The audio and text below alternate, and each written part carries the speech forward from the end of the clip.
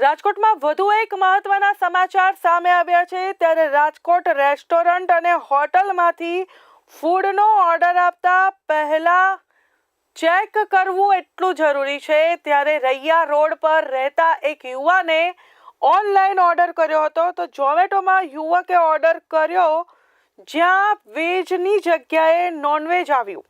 ત્યારે રાજકોટમાં online order food મંગાવતા non veg આવ્યું। તો હોટલમાંથી ફૂડનો ઓર્ડર આપતા પહેલા ચેક કરવું જરૂરી।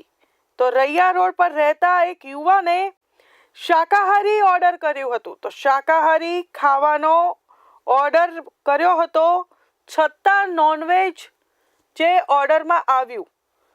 પાર્સલ આવ્યા બાદ યુવક ચોંકી ઉઠ્યો અને યુવાને સમગ્ર ઘટનાનો વિડીયો સોશિયલ મીડિયામાં વાયરલ કર્યો।